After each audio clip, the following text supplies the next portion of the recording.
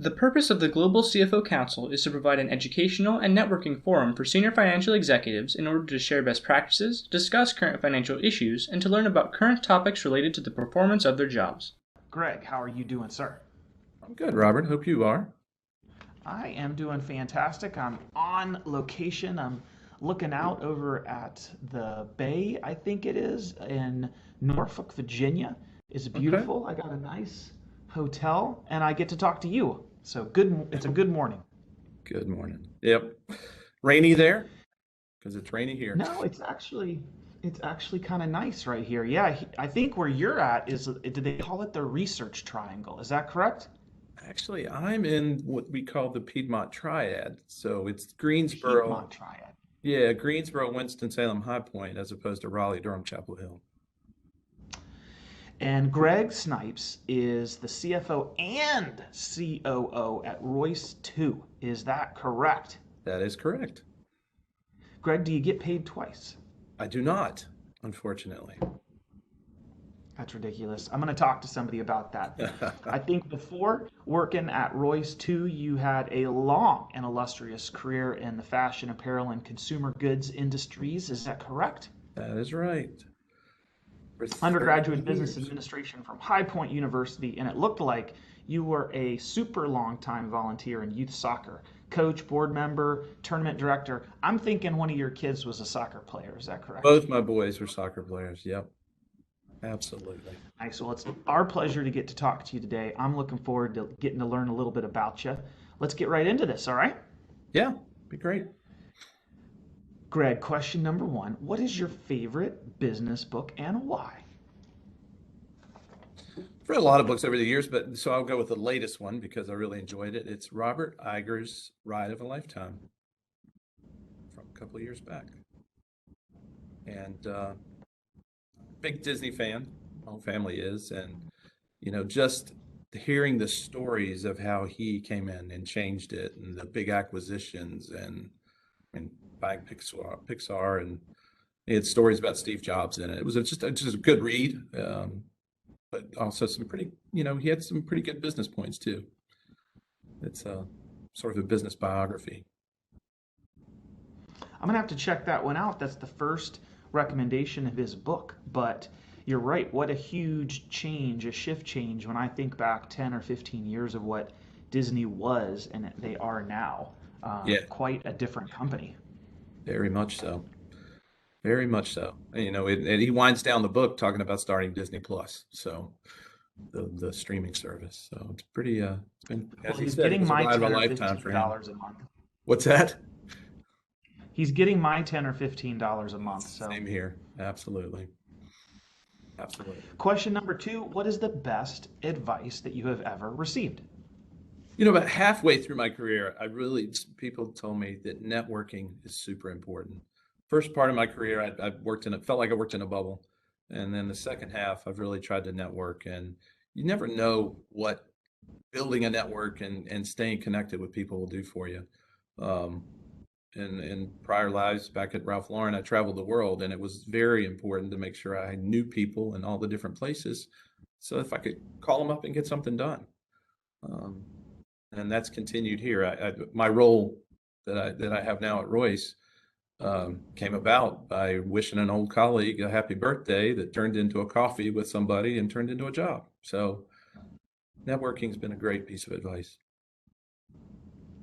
Yeah, I echo that, and I've found that as I get older and have some of these grayer hairs in here, that I kind of shifted in the networking thing. I found myself now I'm the sort of connector old sage person instead of the young buck. Yeah, So it's a weird transition, but it's a cool role to play to be able to help somebody else, it and is it fun to is be the really connector. important to be able to give back. We've made it up a couple rungs of the ladder maybe, Yeah, and it's helpful to look back and help the next guy and gal up the ladder. absolutely. Absolutely. Question number three, what's a new tool that you've recently started using or a habit that you have picked up that you have found beneficial? Yep. Well, I've been using KPI dashboards for years, but recently, with over the last 2 years and really in the last year, my dashboards have turned from being primarily internally focused to all of a sudden I've got all kinds of global macroeconomic things that I track every month, and trying to figure it all out. Can't say I can because I'm not sure anybody can, but being able to track what's going on with supply chain and with inflation and consumer sentiment and all of those things. I presented 4 pages of KPIs in my last board deck. So I think that's my newest habit. Greg, do Too you much time have, watching uh, Bloomberg. for your industry, are there one or two that you really find the most interesting, or that you find those to be leading indicators for your industry, your company? Yeah, I mean, consumer sentiment, trying to understand where the consumer is right now. Um, you know, our biggest customers are Walmart and Amazon. So how recession proof are they? Having an understanding. We make socks. So are socks recession proof? Can we see a pattern between consumer sentiment and what happens with the spending? Where's inflation and how does it impact us? So yeah, CPI and consumer sentiment are probably the top two. Speaking of that job, what is the best part of your current job?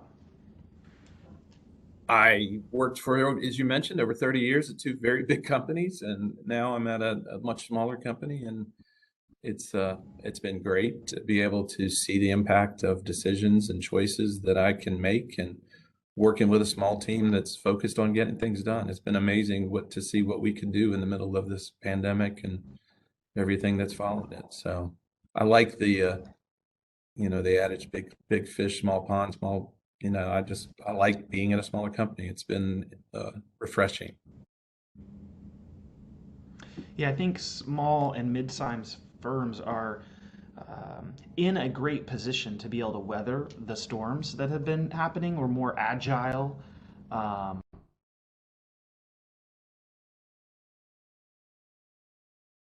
position to maybe take advantage more so than the big firms that we've worked at.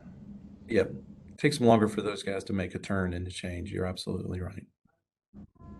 What about something personal that you wouldn't mind sharing about yourself with the rest of the CFO Council members? Sure. No, my world is centered around my family. My wife and I will celebrate our 30th anniversary this year, and we have two grown boys, and we love to travel. Um, so we travel whenever we can as a family, and personally, I'd love to play golf and anything related to the NC State Wolfpack. So especially fall afternoons at the stadium, tailgating and watching football. Where is the next big place that you want to travel to? Uh, Next new place, well, I've got 2 trips planned. I'm going in a couple of weeks if all this in Europe doesn't change. We're going to Paris. And then I was fortunate enough to win the draw of one of those open tickets at the 150th Open Championship at St. Andrews. So back to Scotland this summer. Yeah. Should be Wow, very that's fun. super awesome. Yeah. You put in a lottery, you never know. I put in the lottery for the Masters for, I don't know, 25 years and never win. Put in the lottery for the Open and won. So it's pretty exciting. Congratulations, that's a win-win. It is a win-win. Question number 6, last question. It happened so fast. What's something that I should have asked you, but I didn't? And what is your answer to that? The story I like to tell, and you wouldn't have known to ask this, is you stayed in 2 big apparel corporations for 30 years. How'd you get your start? And my story is it was a summer job that I never left. I started at Champion in 1987 as a warehouseman. I left, Champion was part of Hanes. I left there 22 years later. So I basically grew up there. And that's my odd and differing path to the CFO office. Well, you have some stickiness, long careers with few companies, 30 plus years with one good woman to be able to put up with you. And Yeah, that's the truth. now at a mid-sized firm making socks. And I Yep. bet my guess is that you've seen some athletic casual socks grow and business fancy socks maybe decline. I know that's my purchasing habits. Absolutely. You nailed it. We had a dress sock brand that we were doing that we've let go during the pandemic. And our athletic socks are absolutely growing. Well, Greg, this has been a pleasure. I've absolutely enjoyed getting to learn a little bit more about you, and I hope you have an awesome day. Thank you. Great. Thank you, Robert. Take care.